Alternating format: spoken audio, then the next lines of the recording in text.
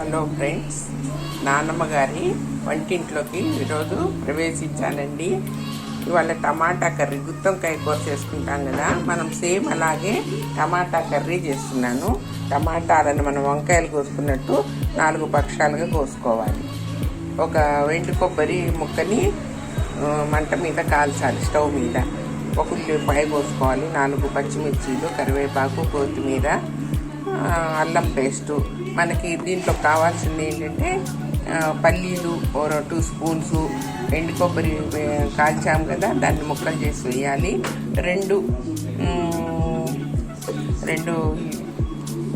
యాలకులు వేయాలి, 4 లవంగాలు, కొంచెం సాజీరా, ఒక దాల్చిన చెక్క ముక్క, 4 జీడిపప్పులు వేసి గ్రైండ్ చేసి కూర చేయాలి.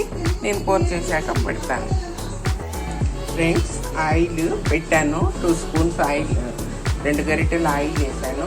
దాంట్లోకి మనకి కావాల్సినవి ఏంటంటే వేసేయి 2 బిర్యానీ ఆకులు వేయండి. నూనె కాగాక 4 పచ్చిమిర్చీలు,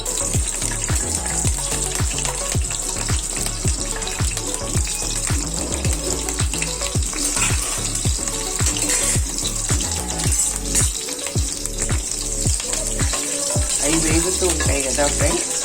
అవి వేగుతున్నప్పుడు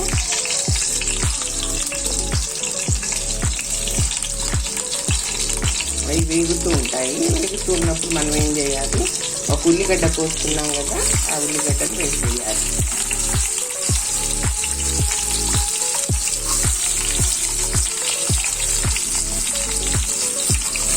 ఆ ఉల్లిగడ్డ కూడా వేగాలి.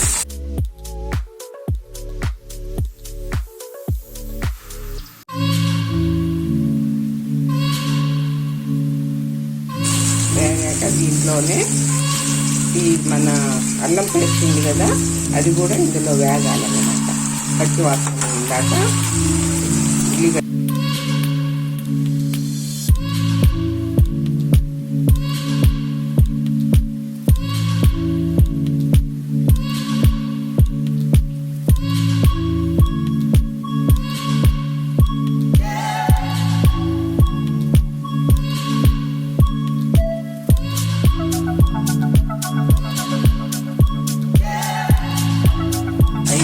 ఉంటాయి కదా ఫ్రెండ్స్.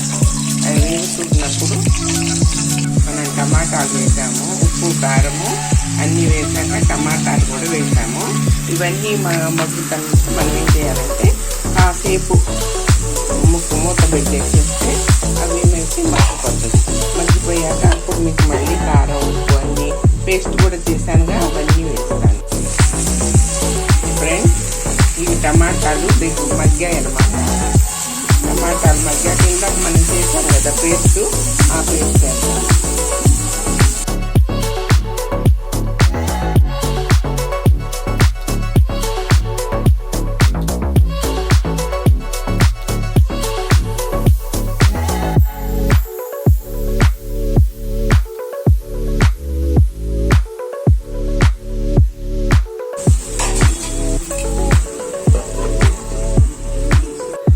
చూడండి, నాన్నమ్మ టమాటా కర్రీ చేసింది. గుత్తొంకాయ కూర ఎలా చేస్తామో సేమ్ అలాగేనమ్మా.